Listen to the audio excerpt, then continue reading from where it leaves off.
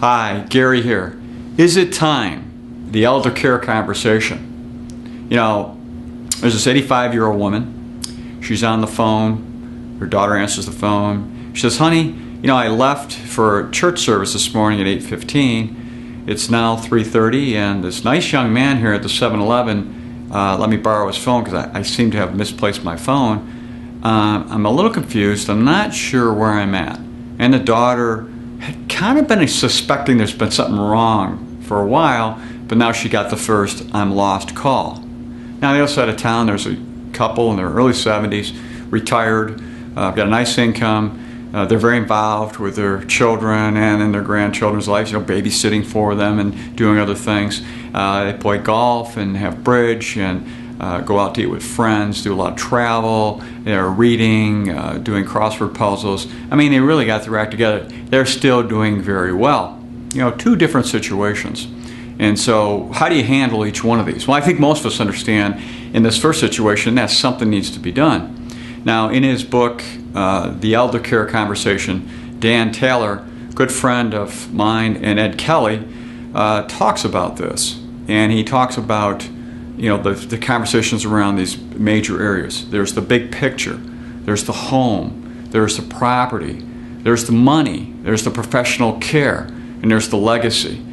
Dan, had to deal with his father who came down with Alzheimer's. It made his life very miserable, and he really walked through all this.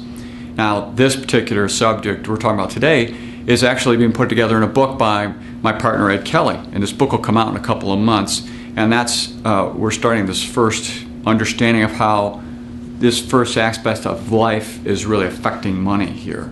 So, with this elderly woman, how do you begin this whole process? I mean, you really need to have a plan. And you have to recognize a few things about folks who are having these issues. You know, they're not clear in their thinking. You know, they sometimes are dazed when they're looking at you.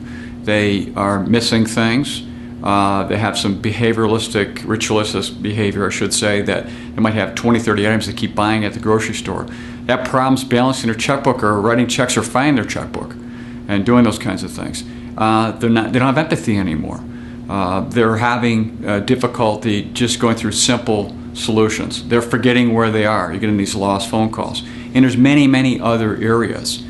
How do you address this? Well, really the thing to do is to try to bring one or two people to their home where they're most comfortable, usually mid-morning, sitting down with them, opening up a conversation, making it very collaborative in that process, not being condescending, listening to what their needs are, helping them think through what they're trying to do, where they need to go, and how they want to get there. And really starting that off and putting a plan in place of how to help mother, in this case, to get down the road comfortably in the way they want to, with dignity and so forth. It's difficult. And as I say, there's a lot out there right now in this area because what's happened is 13% of the population is over age 65. 8 to 10,000 baby boomers are turning 65 every day, and so by 2030, 18% of the population is going to be over age 65. So we've got this silver tsunami taking place that really there isn't infrastructure in place to handle it. It really starts at home for most folks to get this stuff taken care of. So this effect of life on money and on all the other elements to it is a very difficult thing. And you may have dealt it with yourself, especially, you know, if you're in your 50s or 60s and you're in that sandwich generation between children just getting out of college, maybe boomeranging back home, and parents who need this elder care. It's a really tough area to begin with. But our other couple who's with it in their 70s, there probably should be a conversation around, hey, when things do deteriorate, Mom and Dad, what is it you want us to do? How do you want to go through this?